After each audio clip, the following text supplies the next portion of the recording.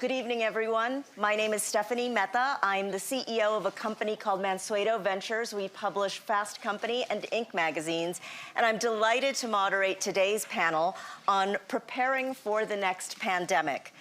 As you know, roughly one human pathogen emerges every year, and any one of those novel pathogens could have the potential to be the next pandemic. Today, we're going to explore the question of how the public and private sectors can work together to protect lives and livelihoods. There's already some interesting examples of public-private partnership just happening today. Comic Relief US announced a $10 million pledge to the Global Fund, which is the first private organization to announce a commitment to the Global Fund's 7th replenishment. The World Economic Forum continues to support a number of global public-private partnerships, including the pathogen surveillance initiatives. And there's so many other conversations happening here at the World Economic Forum that point to the importance of public-private partnerships, and we're going to explore a little bit of that on the panel today. Before I introduce our esteemed panelists, just a little bit of housekeeping. We will have a little bit of time at the end for audience Q&A, so please use Slido, the Slido app, in order to submit your questions, and I'll see them here on my iPad. And if you are going to use social media, if you're going to tweet or mention this panel, please include the hashtag WEF22. So with that, let me introduce our panelists. Helen E. Clark is Board Chair, Partnership for Maternal, Newborn, and Child Health for the World Health Organization, and she's also the co-chair of the Independent Panel for Pandemic Preparedness and Responsiveness. We also have with us, we're very fortunate to have President Paul Kagame, President of Rwanda, followed by Bill Gates, co-chair of the Bill and Melinda Gates Foundation, as well as the author of a new book about preventing the next pandemic. We're followed by France deSouza, who is the President and Chief Executive Officer of Illumina, Inc., and finally, Peter Sands, who is the Executive Director of the Global Fund to Fight AIDS, Tuberculosis, and Malaria. Thank you all for being here. Thank you. I want to start with Bill Gates. Your new book is titled How to Prevent the Next Pandemic, but this panel is about preparing for the next pandemic. So is the next pandemic really preventable? Well, the ideal is that when you have outbreaks, that you detect them early and you contain them before they go global. You know, less than 2% of the deaths are in the first 100 days. And, you know, infectious disease is an exponential phenomena. And so if you let it run, you know, then it's very difficult to rein it back in. The true exemplars, you know, the variance between the death rates in countries with similar GDPs is quite dramatic. You have almost, you know, a factor of 50 between the good performers and the poor performers, where sadly the US is in that poor performer category. And there's clear things that they did. If those were done early around the outbreak, then you could prevent it from spreading to lots and lots of countries. So that certainly should be the goal, is to not let it go global. And we'll explore some of those very specific things that countries and institutions can do to help prevent the next pandemic. President Kagame, let me ask you, what do you see as the top lessons that we've learned about preparing for the next pandemic from dealing with the COVID-19 pandemic? To begin with, we have to act as if there is going to be a pandemic sooner or later anyway. So we get prepared for that, either to prevent it or stop it spreading, as Bill has just said. But what we have learned, for example, from the perspective of our continent, we have to deal with capacity issues to begin with. We have to have the capacity to test, to treat, to administer vaccines, and so on and so forth. That is number one.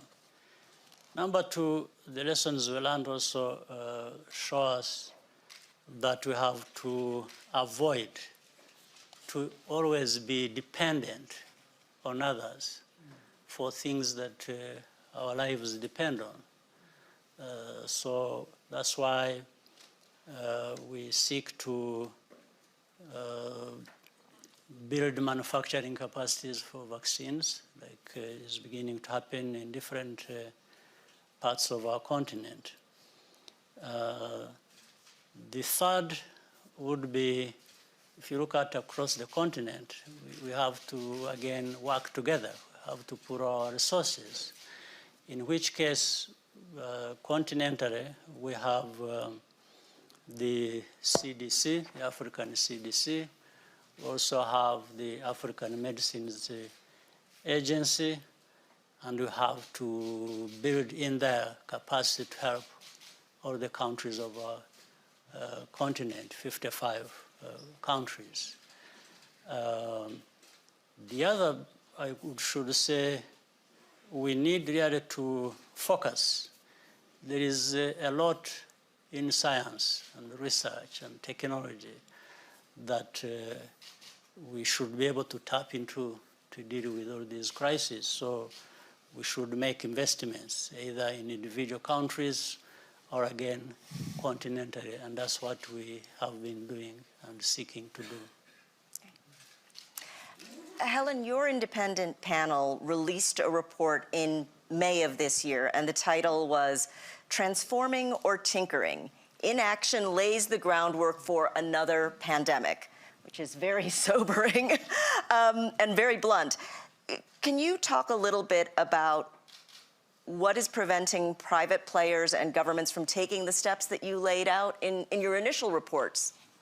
So in the initial report, we observed that there'd been previously around 16 different reports, reviews, and commissions on this subject, most of which had never been acted on at all, which is part of the reason why we keep issuing progress and update reports to remind people that there is a good set of recommendations out there. But I think there's always a danger in this area that it falls victim to that cycle of panic and neglect. So we've had panic, right? But the reality is that political resolve to fight COVID is waning. Popular support for measures is waning. You know, people are over COVID. The problem is it's not done with us, but we're in danger of losing this moment for transformative change. And let's face it, people are still dying in significant numbers every day. People are still developing long COVID every day. Low-income countries are horribly under-vaccinated. We've got issues here and now. I think another reason is that the package of things that has to happen is trans-sector, and there hasn't yet been an effort to try and bring together a head of state and government level focus on the range of things that needs to be done. We said this needs a special session at the General Assembly. It needs a negotiated political declaration that brings the different threads together. We're talking not just the WHO and health ecosystem. We're talking the WTOs. We're talking the IFIs. We're talking the wide range of foundations, players in the space. And so a lot of people are doing bits and pieces, but it's not looking like a coordinated push to get transformational change. And again, I really do want to come back to this idea of how we get that coordinated push. But Peter, I'd like to ask you a little bit about the news that was made today. Share a little bit about why it was so significant. The $10 million itself is not the big number, although the Gates Foundation did more than match that number. But I also want you to talk a little bit about why it's important to address diseases like malaria, TB, in the context of this conversation about preventing the next pandemic. Well, first of all, we're really thrilled that Comic Relief US has announced this $10 million donation pledge to the Global Fund's 7th replenishment. Comic Relief has been a long-standing partner of the Global Fund, so it's great to see them recommitting to the next phase of the Global Fund's work. And as you noted, the Bill and Melinda Gates Foundation has kind of double-matched it bringing it up to 30 million. So thank you, Bill, for that. And this is our first private sector pledge for this replenishment campaign. Now, 30 million is a great start. The target is 18 billion, so we have a little ways, a little ways to go. But it is incredibly important to have significant private sector engagement in the way the Global Fund works, both from a financial perspective, because quite frankly, development assistance for health budgets aren't going to meet the total requirements of all the needs that we face right now. But also because the private sector brings a set of capabilities. You know, we have partnerships with tech companies, with Coca-Cola on last mile distribution, all sorts of different partnerships. So it's not just the money, we like the money, but it's what comes with the money in terms of private sector skills and expertise. You asked about the link between AIDS, TB, and malaria, diseases like that, and pandemic preparedness. I think the starting point is that actually people don't really like thinking about pandemics. I mean, most of us want to wish COVID-19 over. Nobody's told the virus that, but the general attitude is that it's over. And what we've seen in the past is that public and political interest in investing against pandemics wanes really, really quickly. So if we want to sustain it, we have to do it in a way that actually delivers for people. And we can do that by investing smartly. And the way we do that is by investing in lab networks, community health workers, supply chains, primary healthcare facilities that simultaneously help countries defeat diseases like HIV, TB, and malaria, and make us safer against future pathogens. And that isn't that hard to do. I mean, actually, many countries' responses to COVID-19 were based upon the infrastructure and capacities that had been put in place for HIV, TB, and malaria. I think we just have to be a bit more intentional in investing in multi-pathogen capability, in surge capacity, so that we do achieve those two objectives at once. Francis, can you talk a little bit about the role of innovation in helping us prepare or prevent the next pandemic? Sure. You know, we've recently just crossed over 15 million deaths associated with the pandemic, and that the extreme suffering of the pandemic has really challenged scientists and physicians and technologists to deliver innovation to combat the pandemic. And as we look back on this period, I think we will, we'll recognize just the amount of breakthrough innovation that has happened over the last couple of years on many fronts. On the sequencing front, for example, which is a technology that companies like Illumina provide, which, we provide machines, you put in blood or saliva or plant material, we'll tell you the DNA in it. What's happened is over the last few years, the price of sequencing has dropped from $150,000 a genome in 2007 to $600 a genome today. So over a 99% drop in the price, and we've publicly committed to taking it down another 80% the next few years. What that's enabled is us to deploy sequencing around the world. And we've started to see that pay off in a number of ways. Right at the beginning of the pandemic, we were in Wuhan. The first notification to the WHO was on December 31st, 2019. 10 days later, the viral genome was published. We were working in Shanghai on that. And then, Stefan Ansel at Moderna talks about the fact that they took that data, so they never had the live virus on their site. They used the genomic data coming off those machines to launch their vaccine development program. And then since then, we've seen sequencing now deployed around the world. Over 190 countries now have sequencing data on the virus in their countries. That's allowed us to watch and track how the virus is mutating, how it's spreading, and that informs whether the tools we're using, like diagnostics or therapeutics or vaccines, are going to hold. And it also helps us make policy decisions around, well, should we do a travel ban because we haven't yet seen local spread, or is it too late to do that? Now, there's still more work to do, and while we have the components to prevent, the technology components to prevent a future pandemic, we now have to do work on the policy. I'll give you an example. When South Africa and Botswana raised the alarm about a new variant that they'd noticed, the knee-jerk reaction from the United States and Europe was to immediately put a travel ban on them.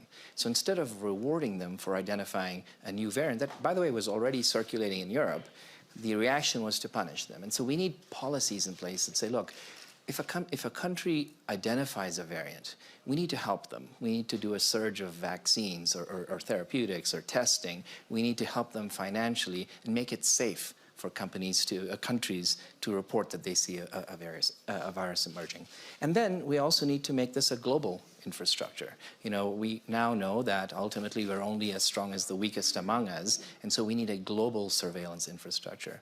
I guess the good news is, as we're deploying this infrastructure around the world, it provides infrastructure not just to fight future pandemics, not just to fight future pathogen outbreaks, but also to help countries deal with other diseases, like cancer, for example. They can leverage the sequencing infrastructure, or cardiovascular disease, or genetic diseases. And so as we lay this out to fight the pandemic, we can emerge from this stronger, and we should make a commitment. You started with this. You know, we can't prevent future outbreaks, but we should commit to say this could be the last pandemic we see. Right. Let me follow up with Bill Gates on something that was really important about what Francis said, which was that, you know, you were in Wuhan, you were able to identify using next generation sequencing the risk, but that information was not disseminated as widely as it should have been, and there was, you know, this degree of inaction. And before we even get to the policy piece, which is very important, I'd like to ask Bill Gates, since you cover this in your book, how do we come up with a coordinated effort? What is the path to creating some sort of global response so that we can help the weakest link get stronger? Well, there certainly was time enough for some countries to respond and have, you know, very, very mild pandemics. Ground zero, wherever the emergence takes place, is always going to have the toughest job. You know, will they see an elevation in respiratory symptoms? Will they see an elevation in deaths? Will they run a diagnostic panel? They're not going to be sequencing everything. But when you get an elevation, or you get your normal diagnostic panel showing something unusual, then you've got to start sequencing. And, you know, so there could be more delay in reaction if we have a country with low capacity and we don't have a global team. People always talk about, oh, let's help countries do better. Yeah, we should help countries do better. But a lot of the pandemic risks are in countries who in the next several decades will not have that local capacity. So you have to have global capacity. If you're serious about pandemics, you have to have global capacity that can come in and do those things. You know, so we see that a lot. But, you know, here we're lucky. If this had been 10 years ago, some of these vaccine technologies did not exist. If it comes 10 years from now, we should have far, far better diagnostic technology. That is, be able to scale up every country within a month to diagnose their entire population. We should have much better therapeutics, some of which will be pathogen independent.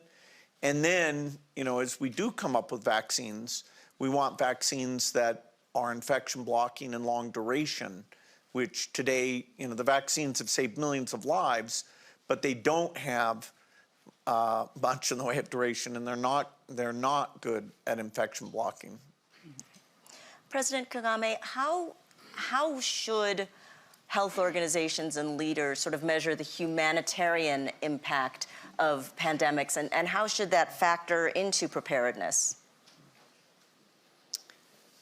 Well, first of all, government's responsibility being really working out these policy measures and bringing in, they have to create the trust with the citizens. So as I said earlier, building these capacities also enables us to have a clear picture of what needs to be done in the country and where we need to put the investments. And like in Rwanda and Senegal, South Africa, Ghana, we are beginning to work together and working with the partners from across the world. For example, the four I have mentioned we're working now with BioNTech to use the mRNA technology to start actually building capacity on the ground to resolve the other problem I said of always depending from how generous the rest of the world is going to be to us before we get to the vaccines. So we have to work across the private sector, government, and then the citizens themselves. Like when this pandemic struck from the beginning, and later on even when vaccines were discovered, we relied so much for a long time on what we had learned that science tells us to prevent by, the social distancing, and of course the testing, the hygiene, and all kinds of things. We relied so much on that, and it worked because we were able to communicate with the population and to mobilize them to use what was known and what was available before the vaccines to make sure that the population remains secure. So it's working across the board. It is being organized. It is building these capacities even internally. Like the company I've just mentioned we are going to work with, they are going to transfer knowledge to local engineers to do what they need to do in these countries, South Africa, Senegal, Ghana, Rwanda, and others along the way. Helen, what does an ideal coordinated response look like? Based on the work that you did on the independent panel and the precedents that we've been talking about, if you could design the perfect coordinated response, what are the elements of it? Well, every orchestra needs a conductor. And so our proposal was to have a Global Health Threats Council, not a novel thought, by the way. President Kikwete of Tanzania chaired a panel back in Ban Ki-moon's time as Secretary General, which called for such a council, emerging out of support from the General Assembly to oversee, if you like, readiness across the system and hold actors to account, because there are many moving parts. As I said, what's going to happen with WTO and TRIPS? What's going to happen with this fund or that? What's going to happen with new legal instruments? And really to have some independent oversight of all of the institutions at a head of state and government level would be quite helpful in our opinion. And we would still like to see at the General Assembly this year a high-level event where heads of state like President Kagame would come, the negotiators would have prepared a declaration sort of setting out the reform path across the sectors. We think that the General Assembly, which is attended at a very high level, has the capacity to do that. But if I could just comment also on the humanitarian aspects. This pandemic has had very uneven effects. It's been very hard on the elderly. It's been very hard on those with health vulnerabilities. It's been very hard on those who haven't been able to access any vaccines at all. And sometimes when you see reporting on who is dying in the course of the pandemic, it's almost airily dismissed as, oh, well, they were old or sick anyway. Hang on a minute. I have a dad who's 100. I don't want him dying of COVID. He's not ready to go. And I think, we really have to come back to our human values here. We have a responsibility to protect our populations. We have these huge health inequity issues of the undernourished, the immunocompromised, all sorts of health inequalities. And we have left a lot of people very, very exposed, by a range of suboptimal national responses, and then the inequality of vaccine and therapeutic rollouts. Peter, in addition to funding partnerships, you've also struck some really interesting partnerships with corporations. For example, I think you've got a deal with Pfizer. When it's not a financial contribution, but a contribution in kind or a letter of intent, can you talk a little bit about how those kinds of public-private partnerships can work? Well, obviously, as a big procurer of diagnostics, therapeutics, oxygen, all sorts of medical tools, we have a range of supply partnerships with different manufacturers. The one you reference, on Friday we announced a letter of intent with Pfizer around the new oral antiviral. And we are working with partners through the ACT Accelerator to support countries in getting access to these oral antivirals, but equally as importantly, in putting in place the testing strategies and clinical pathways to be able to use them. Because these oral antivirals have to be used pretty early in the first few days of people getting COVID. And so you've got to have the testing, you've got to have the ability to decide which people it's appropriate for and get them onto treatment quickly. So there's a partnership with the manufacturer, but there's also a partnership with a whole bunch of other actors to make this happen. And I do think it's important that we do this because, well, we would all like to believe that COVID-19 is going to sort of quietly march off into the sunset. I don't think it is. We will see more variants. We don't know what those variants would be like. But the advantage of having more tools at our disposal, and when I say at everybody's disposal, is that we can save a lot more lives. And I just want to pick up on the point that Helen made about the inequities. There's been a lot of focus on the inequities in provision of vaccines, of treatments, and it's absolutely right that we should focus on those and we should try and ensure equitable access as quickly as possible in this kind of situation. But there's also a bit of an inequity that perhaps is less mentioned, which is who gets to decide what counts as a pandemic and when does it stop counting as a pandemic? So the last big pandemic to strike humanity was HIV/AIDS. We don't tend to talk about it as a pandemic anymore. The second biggest killer among infectious diseases is tuberculosis. We don't tend to talk about it. And the reason we don't, I'm afraid, is because they don't pose a threat to people living in rich countries. And we need to be careful that we don't just put the special effort on those things that pose a threat to people in rich countries. And also that we don't end up with a trail of kind of residual pandemics where they're no longer threatening the people in the rich countries, but they're still killing a bunch of people in the poorer parts of the world. We need to kind of finish the job.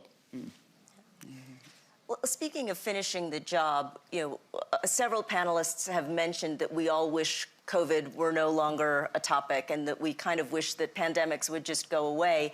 Bill, you've just published an op-ed that reminds us that even as we are contending with a war in Ukraine, even as we are contending with the potential for a recession, even as we're contending with high inflation, countries still need to, and leaders in private sector still need to make pandemic preparedness or prevention a top priority. How do we do that when there are other concerns that keep creeping into the conversation?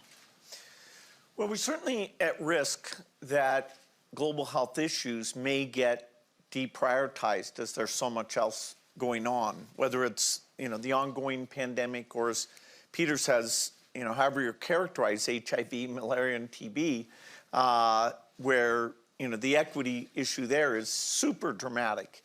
And it's good in a way that when infectious diseases hit rich countries, it reminds people, wow, we're not the only ones suffering from this. What about these great tools that we have access to? When the prevalence goes down in the rich countries, that awareness tends to diminish. Now, various bilateral programs like US PEPFAR and the Multilateral Global Fund have done a good job reducing a lot of that inequity. But it'll be an interesting test. There's a replenishment that comes up probably in the last quarter where Global Fund's going to go out and ask for an increase from $14 billion to $18 billion. And we'll see in the face of all these priorities that are, I agree, absolutely important priorities, can global health maintain the visibility that it deserves? Lots of work to do on this pandemic, lots of work to do on those 3 diseases, and lots of work to do on those health systems. That's the front line for all the things we're talking about. And those investments, are very dramatic in terms of the payoffs you get, in terms of the human capacity you get by getting rid of these disease burdens. Maybe I'll add one other dimension to this discussion, because public health funding is going to be an important factor here in terms of combating the future pandemic. But one of the realizations I think that people have been coming to over the last couple of years is that combating pathogens is not just a public health priority, it's also a defense priority. And I remember I had this conversation in the White House actually in March of 2020 when we were sitting around, and there was a realization that we could have been under a bioterrorist attack and been under attack for weeks, and many people were dying, and we didn't know the source, we didn't know how to combat it. And so I think there's sort of an increasing awareness that combating a pathogen is increasingly a defense priority too, that the next attack, it may be the next coronavirus or the next antimicrobial resistance, but it could be a bioterrorist weapon. And so what that brings into the equation is that we're not just necessarily looking for public health funding, which unfortunately goes through surges and then dies off, but we should be accessing defense budgets too, and those unfortunately tend to be more perennial. But we've got to remember that, again, fighting pathogens is not just a public health priority, it's a global defense priority too, increasingly going forward. Francis, at the top of the conversation, you talked about the massive scientific effort that went into creating the vaccines, and I have a tendency to make everything a talent conversation, so I apologize in advance, but are you seeing in biotech and in gene sequencing a renewed interest from young people who would otherwise have pursued careers at, a company like Microsoft, say, now turning their attention and energies to healthcare, vaccines, next generation sequencing? It's a great question because, as we think back on what this pandemic meant, I think there's a chance we think about the fact that this pandemic launched us into the 21st century in the same way that it was actually World War I believe, that launched us into the 20th century and set the defining issues of that century. And I think as we could be entering not just the 21st century, but the era of biology and the era of the genome. And I think that as we start to think about some of the biggest challenges that we face, whether it's food security or fighting pandemics or or climate change, increasingly biology is going to play a bigger and bigger role. And if the 19th century was the era of the atom and the industrial revolution, and the 20th century was the era of the bit and the digital revolution, we'll increasingly start to think about the 21st century as being an era of the genome and the biological revolution. Now, what that means is we need a lot of talent to come to biology, and we need a lot of talent from different fields. With sequencing, we're digitizing biology, which means increasingly we need more people with deep software expertise, with deep AI and machine learning expertise, and we'll need that in a scale that we haven't seen before. And I'll give you an example. Even in the US, most doctors today went to med school before the first human genome was sequenced. And so if you go to a doctor, even where there are precision therapies available for things like cancer, many oncologists at the top of their field still don't go to sequencing yet. And so there's a need for education and sort of talent building across the entire spectrum, from continuing education, of doctors and specialists, through medical school. And I think that, Stanford and Harvard only started teaching genomics a few years ago, through colleges, through high schools. And yes, we are seeing, people that were traditionally in tech, that have worked for the last decade in tech, coming to biology and inspired by the work that's happened over the pandemic, saying, look, I want to be part of this in the future. But that biology is the biology of longevity, cancer, multi-million-dollar stem cell therapies. It's not the biology of helping developing countries. The percentage of the R&D budgets that go towards the things that cause the most deaths is well under 2%. So there's a little bit of a mismatch of what the excitement is, N=1 type. Yeah, and we need to change that. I mean, absolutely the priority going forward has to be much more around the needs of the developing world. We cannot have this biology be, a tool for the wealthy. And so we saw that in the pandemic, and we saw how we all have a vested interest in fighting this together. And then it doesn't matter if we fight it in the rich countries, because it'll just keep mutating and coming back to attack us. Also, we're realizing that we need the diversity of genomes to really come up with the best therapeutics. And so, for example, today, the genomic data sets are woefully underrepresented in terms of African genomes and Asian genomes, and we realize that's creating, poorer therapeutics, poorer diagnostics. So there's, I think, a need to make sure, as Bill said, that, the way we spent our R&D in the past is not the same as we spend it in the future. We can't be creating these multi-$100,000 immunotherapies, to fight cancer that'll never make it into the developing world. Well, let me go back to you, Bill. You're an investor. You're somebody who cares deeply about innovation. How do we incent innovators to focus on biology for the underserved market? Well, markets work for lots of things, but markets do not work to incent investment in malaria eradication or TB vaccination. Those are incredibly expensive things that the affected countries, don't have the resources, and there's no market for those things. So the term investor, if that means you're seeking profit, no, I'm not an investor.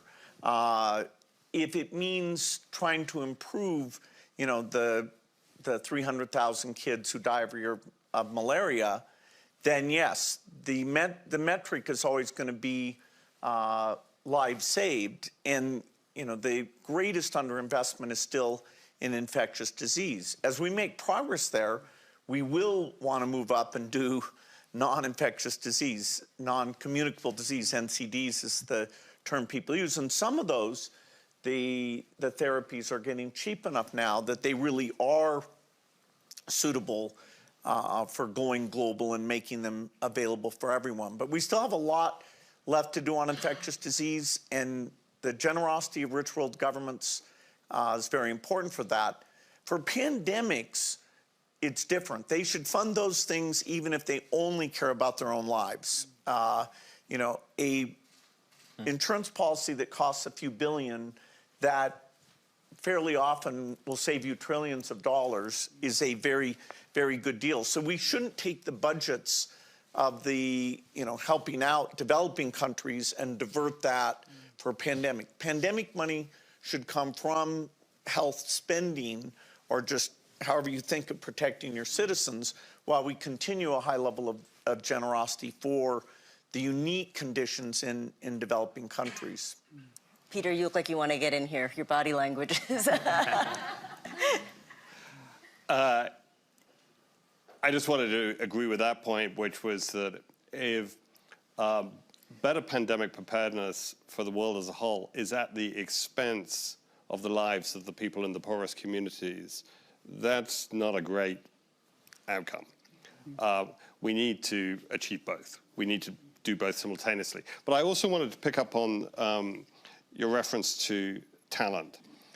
I think one thing we have not done well in the global health community is come up with the equivalent of what the climate community did with green jobs, of making investment in the people who do things around climate adaptation mitigation into a positive. We tend to think of investments in health systems as being an expense, but actually the investment in talent, in community health workers, in lab technicians, in supply and logistics people, in doctors and nurses, these are great jobs. These are sustained, skilled jobs providing people with career paths. They're also disproportionately jobs for women, particularly community health workers. And so as a way of promoting development as well as promoting better health, that it's a really powerful mechanism. But we haven't kind of sold it that way. I'm afraid too many finance ministers, I think, still think of more investment in the health system as being a sort of negative on the P&L of the country, rather than being an investment in great jobs, which are part of the future of the economy. I think on the funding, it most definitely should not be coming from development assistance budgets.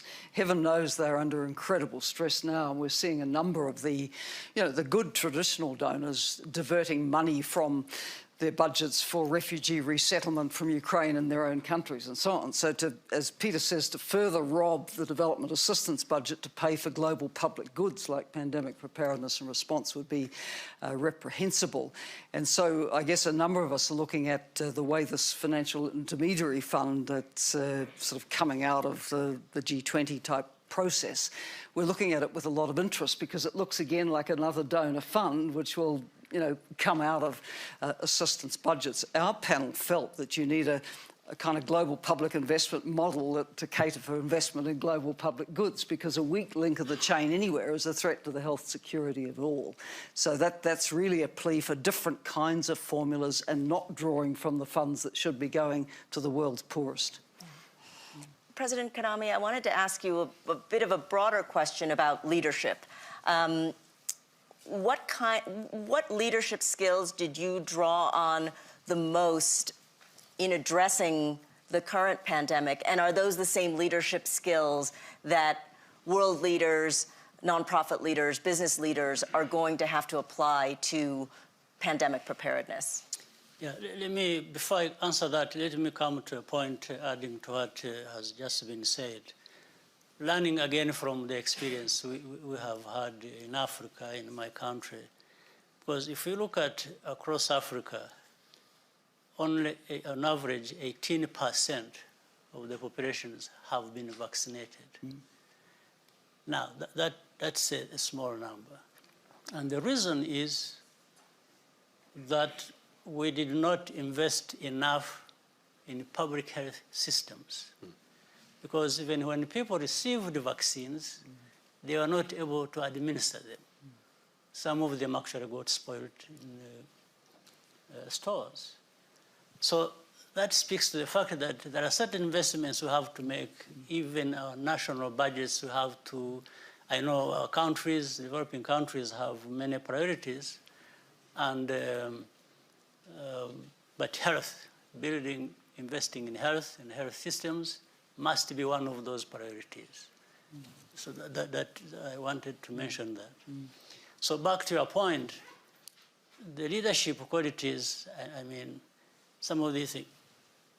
In our experience in my country, in Rwanda, we have been hard-pressed to find solutions for many problems that have come almost at the same time. And in fact, we've not been able sometimes to identify which is a priority and which one is not. So everything is a priority. So you have to think about this, as well as looking at the resources available, many times limited, but the people that must be served must be part of that solution when you are thinking about the outcomes and where you want to go. So the leadership that is therefore required is to understand the problem specifically, but how do you even introduce the efficiency, that prioritization as to what needs to come to be in place first before you get to another, even in such a difficult situations, and being driven by the outcomes you want, but also being able to measure at every step, what are you doing? Does it need to change at a certain point? Do you need to do things differently and therefore, or continue the other one and do it better? So it's a broad question, but leadership has to be there. It has to be confronting the problem without excuses. So some of us have learned this hard lesson from dealing with these difficult problems of our society. And that is Rwanda, but it is similar to many other parts of our continent. So, but there is no finger pointing, there is no blame here. You just take it as your own and bring together all the resources, human, financial, others, and see what can do. And the best thing is that now the world has all kinds of tools. There is science, there are people who are going to help. And thanks, for example, the innovation of the world putting their global fund, then there are philanthropies who want to help, who are driven by the outcomes that we want. So it's an interplay of so many things. There are a range of leadership styles shown during the pandemic, and without doubt, I think the best responses came from those leaders who followed the evidence and the science and didn't engender distrust and cynicism about it among their publics. Secondly, on the basis of that, communicated clearly with their publics, including being honest about what we didn't know, because we didn't know much at all initially. And thirdly, had empathy, that this was about people's lives, and they were going to do whatever they could. And the leaders who put health and well-being first also tended to get the best economic responses, because if you have a society that is fearful, that's not good for an economy either. If you have a society where people are falling sick unnecessarily because you haven't put in place the most basic public health measures, that's not good for the economy. So, there were good examples across male and female leaders of these kinds of attributes. The women overall did pretty well. A lot of the men did well as well, but some did very badly. Well, I just, to repeat what you just said, Helen, following the data, admitting what you don't know, and showing empathy just seem like good leadership skills, full stop. Exactly. We do have time for a few questions from Slido, but before we go to that, the word innovation has come up a number of times. Bill, you have a chapter in your book dedicated to innovation when it comes to preventing the next pandemic. What do you see as the scientific, technological, process innovations that need to happen as part of this broader conversation about pandemic preparedness? Well, it's fantastic that in the area of diagnostics, we should be able to use low-cost approaches that still report the data back and ramp those up. There are a new generation of diagnostic machines like Lamira that can be used year in and year out for things like HIV and TB that then, actually it got into Africa mostly because we had a COVID test authorized on it, and now we'll move to use it for those other things. So diagnostic infrastructure backed up by sequencing capacity, that's very, very important. Then in the therapeutic realm, how do we get antivirals without waiting 2 years? How do we get antibodies that can track the variants very rapidly and don't require infusion? Can we have drugs that are pathogen independent and stimulate the innate immune system so you can block infection, and those could be used early on. And then finally, the profile for the vaccines, duration and infection blocking and breath being important there. So that's probably tens of billions, but beneficial to so many diseases. mRNA has some great characteristics, so if we can add these other features in, that it's a good chance that will be the solution for HIV and malaria. And we can probably move faster to develop those vaccines than using any other technology. So, besides the global monitoring piece, the next big piece is that R&D agenda. And then the hardest piece, which we've all been talking about, is the quality of the health systems in the countries themselves. There's a question from the audience about any comments on AI-driven infectious disease surveillance systems. Does anyone on the panel have a thought on the use of artificial intelligence for surveillance? You can use AI for a number of different things.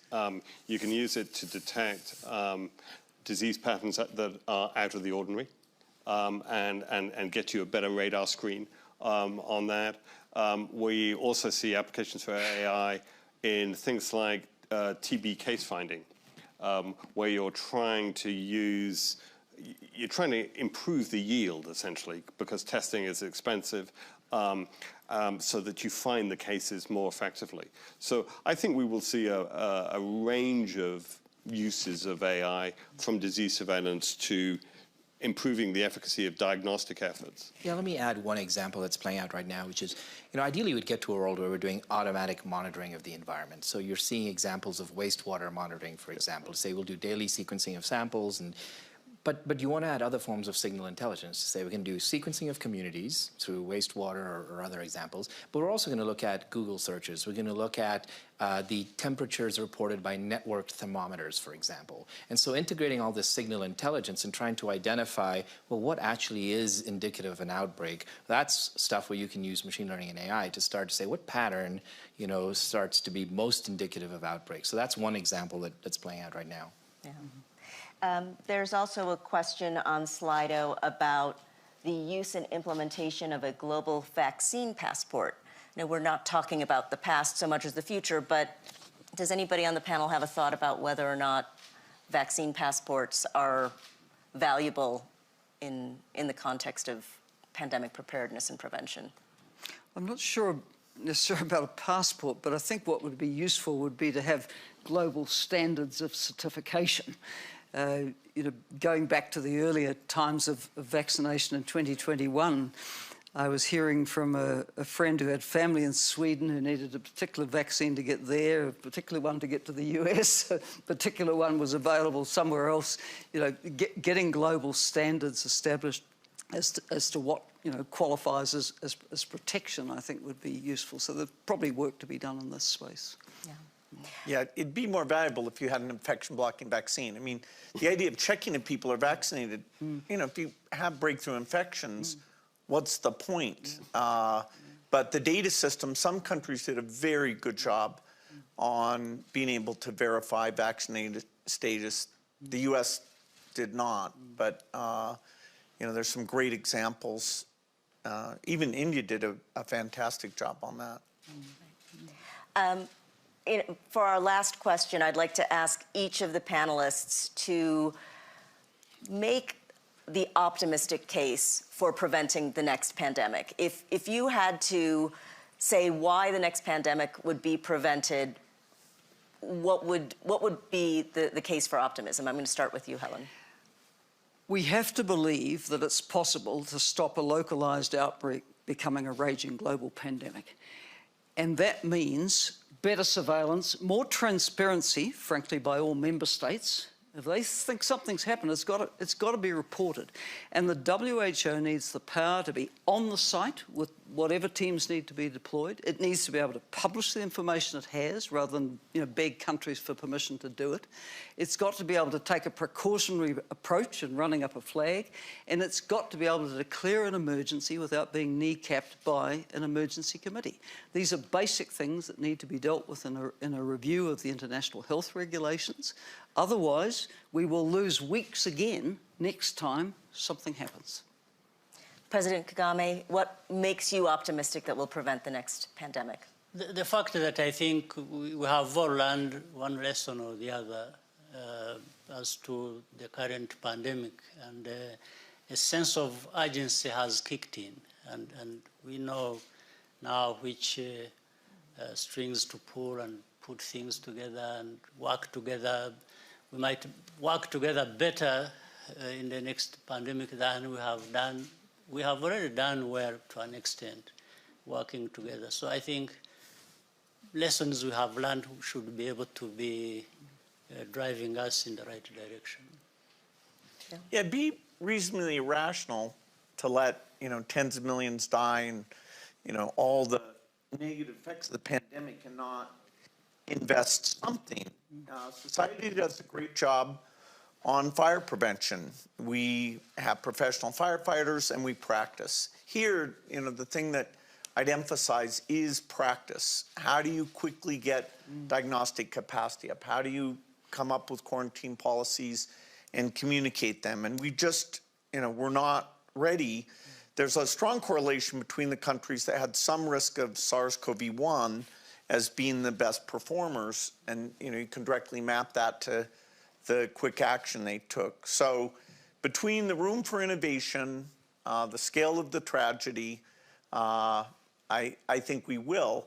We're a little distracted right now, so getting the debate going is happening slowly. That's why this panel is so important, is because it needs more discussion about exactly what form it takes. But, you know, I think this one is not super expensive compared to the benefit. Yeah, but the reason I'm optimistic, I'd say, is that for the first time in human history, we have the technology components necessary to think about even preventing a pandemic. We have, you know, mRNA platforms, we have low-cost diagnostics, we have sequencing, all at price points that make it possible to think about preventing a pandemic. We've also learned not just the humanitarian cost of a pandemic, but the economic cost of a pandemic. So we've actually seen that bill, you know, come due, and I think that'll make us more likely to invest. And finally, we've realized that we're all in this together, that we have to help everyone else, because otherwise it just keeps coming back after us. And so I think all those lessons make me optimistic. Peter, I'm going to give you the last word. Hard to add. I do think that there have been some sea changes. As somebody who, before I came to the Global Fund, was trying to persuade businesses and the IMF to take pandemic threats seriously and was singularly unsuccessful. COVID did a much better job of that than I ever did. So I think the point about the economics, look, we have some fantastic science, and the more we can attract some of the best brains around the world to invest in this kind of stuff and spend their time on it, I think we'll better protection. The practice point, look, the sad truth is we have plenty of diseases to practice on. Muscles used are far more effective than muscles left idle, and by turbocharging the fight against the infectious diseases that are killing people now, we can protect people far better from the infectious diseases that might kill all of us.